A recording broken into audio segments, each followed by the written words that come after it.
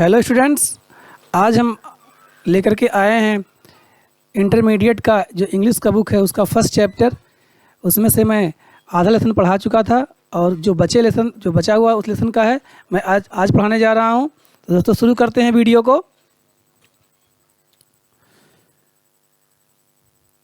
Eight one station my routine of talking with the people was interrupted. जब लेखक जो है ट्रेन से यात्रा करता है तो ट्रेन में से जब ट्रेन कहीं स्टेशन पर रुकता है तो वो अपने दरवाजे को खोल लेता है, प्लेटफार्म पे टहलता रहता है, कुछ लोगों से बातचीत करता है। तो ऐसे ही उसकी रूटीन थी उस दिन की। लेकिन एक स्टेशन ऐसा आया जहाँ पर क्या हुआ कि एट वन स्टेशन, एक स्टेशन पर माई रूटीन ऑफ टॉकिंग, मेरा बात करने का जो तरीका था विद द पीपल, लोगों के साथ, वाज इंटरप्टेड, उसे रोक दिया गया। एज सून एज आई अलाइटेड, जैसे ही मैं उतरा, ए ग्रुप ऑफ यंग चिल्ड्रन, छोटे छोटे बच्चों का एक ग्रुप, गैदर्ड अराउंड मी, मेरे चारों ओर इकट्ठा हो गया। दे वेयर सेलिंग बास्केट, वे सब लोग टोकरियाँ बेच रहे थे। हैंड ओवन, जो हाथ की बनी हुई थी।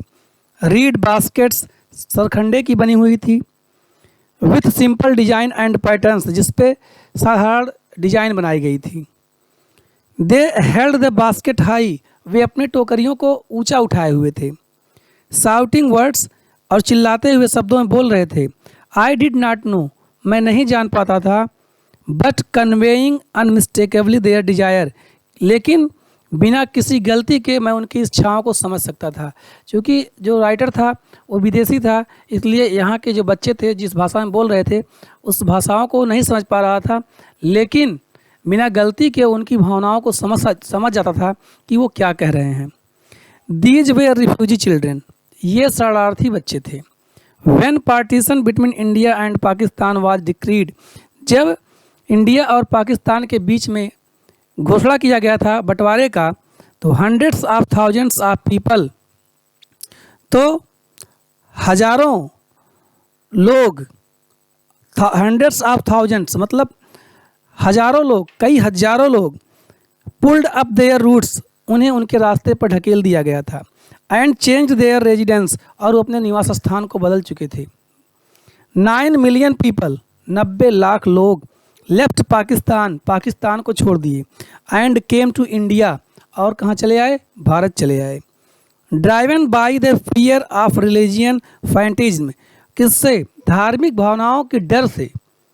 दे वेयर पुअर पीपल, वे गरीब लोग थे। टू स्टार्ट विथ, जब वो अपनी यात्रा शुरू किए थे।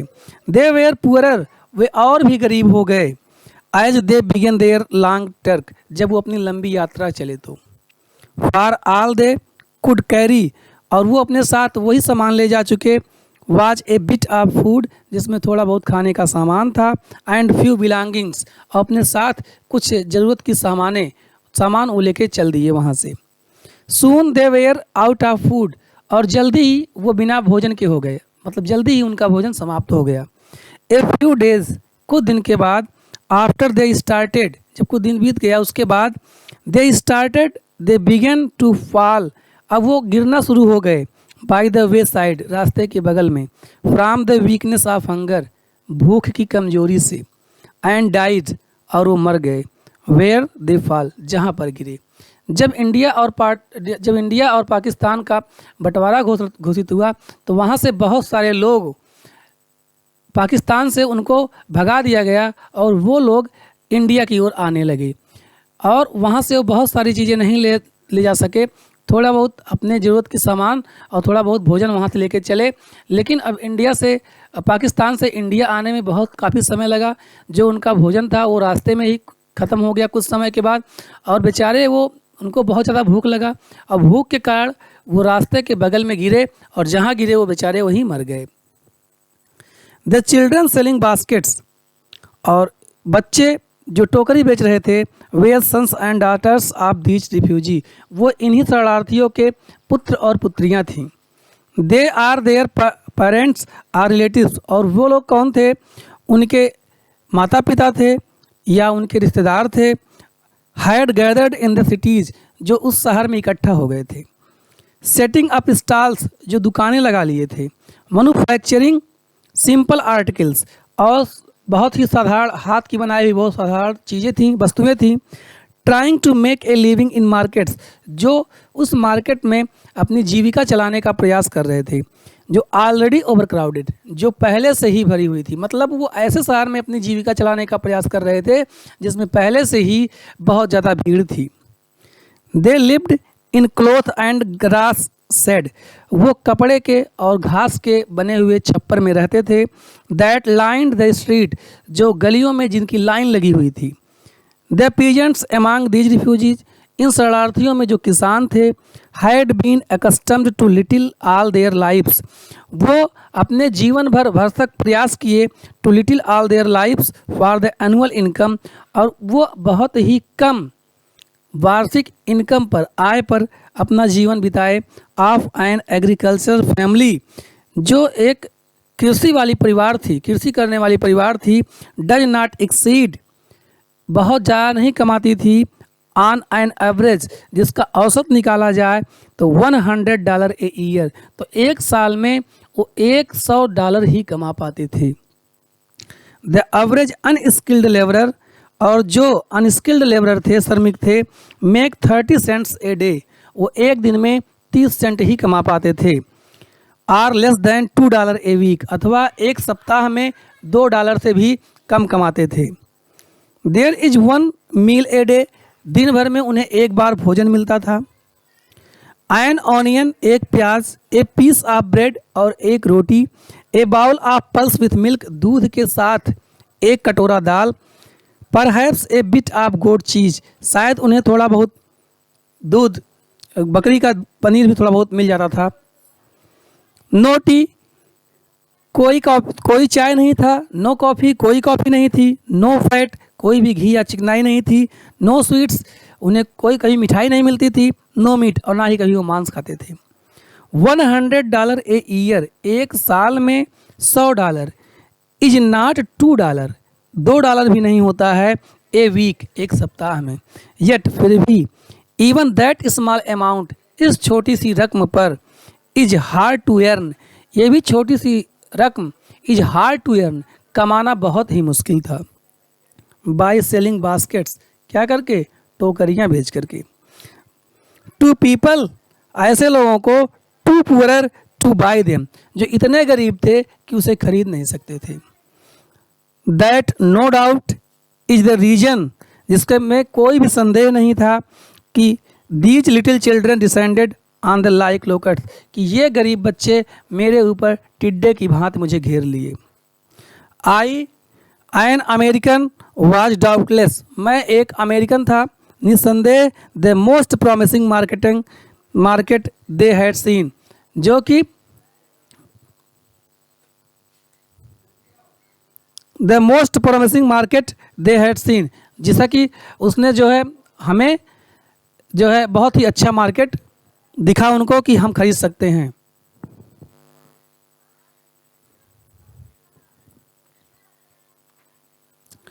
आई बाट 1 टाइनी बास्केट, मैंने एक छोटा सा टोकरी लिया। फॉर ए न्यू अनाज, कुछ आने का। अनादर फ्रूट बास्केट, मैं दूसरी फल रखने वाली टोकरी लिया। फॉर ए बिट मोर, और कुछ और ज़्यादा आने की। A beautiful waste paper basket, मैं एक सुंदर था खराब पेपर रखने वाला टोकरी खरीदा। फॉर ए रूपी, ₹1 का। ए lovely seeing basket for a रूपी, और मैं एक बहुत ही प्यारा ₹1 का और टोकरी खरीदा। ए फ्यू फैंस, कुछ पंखे खरीदे। फॉर एन आना, एक आने का। R2 ए पीस, अथवा 2 आने का 1 पीस खरीदा। माई आर्म्स वेयर फिल्ड, मेरी भुजाएं भर गई। And I had not spent 50 cents, और मैं अभी तक 50 सेंट्स भी नहीं खर्च किया था। द चिल्ड्रेन पास्ड इन, बच्चे चले गए। शाउटिंग देयर वेयर्स, अपने तैयार मालों के बारे में चिल्लाते हुए। आई वॉज ए प्रिजनर, मैं एक कैदी बन गया था। कंप्लीटली सराउंडेड, जो पूर्ण रूप से घिर चुका था। अनेबल टू मूव, और मैं उस समय चलने में असक्षम था।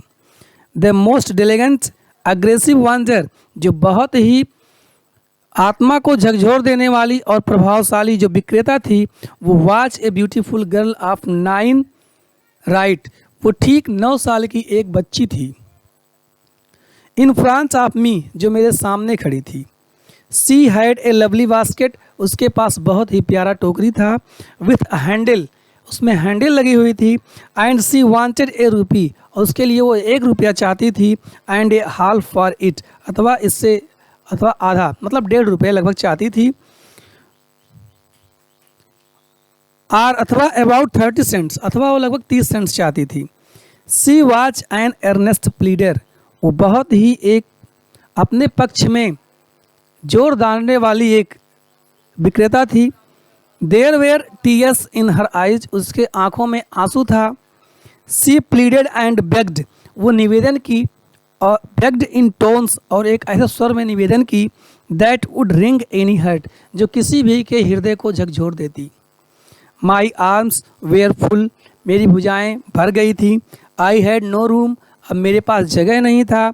लेट अलोंग एनी नीड, और अब मुझे किसी चीज़ की ज़रूरत भी नहीं थी। फॉर अनदर बास्केट, किसी अन्य टोकरी की। बैलेंसिंग माई बास्केट्स, अपने टोकरियों को संभालते हुए। एंड फैंस और पंखों को संभालते हुए। ऑन माई लेफ्ट आर्म, अपने बाएं भुजाओं में। I reached into my right coat pocket, मैंने अपने कोट के राइट साइड में, जेब में अपने हाथ को डाला।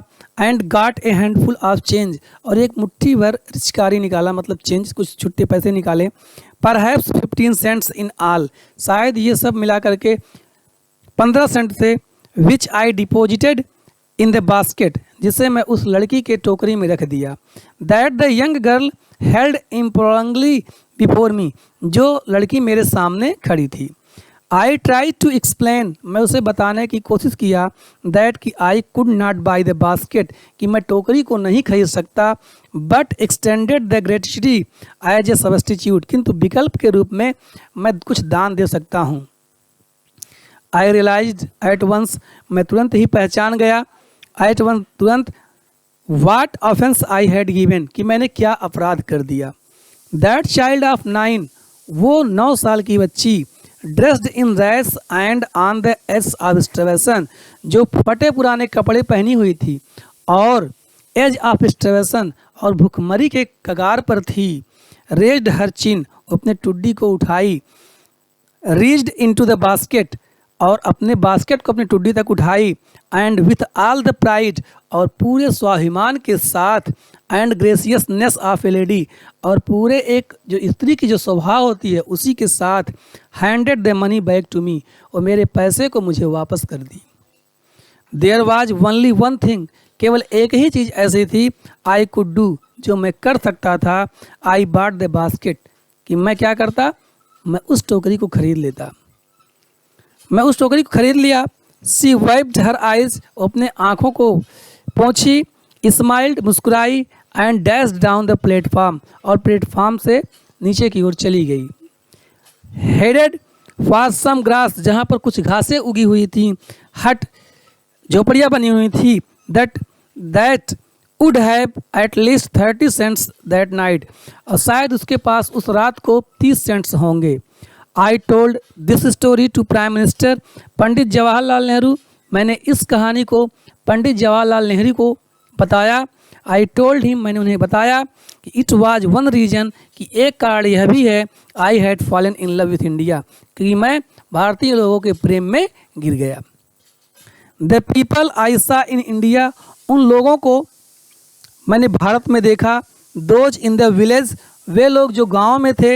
As well as those in high office, और ठीक उसी प्रकार से मैं उनको भी देखा जो अच्छे अच्छे कार्यालय में थे। It was one reason I had fallen in have both pride and lovely sense of decency and citizenship, दोनों के पास स्वाभिमान और स्वतंत्रता की और एक अच्छे नागरिकता की भावना थी।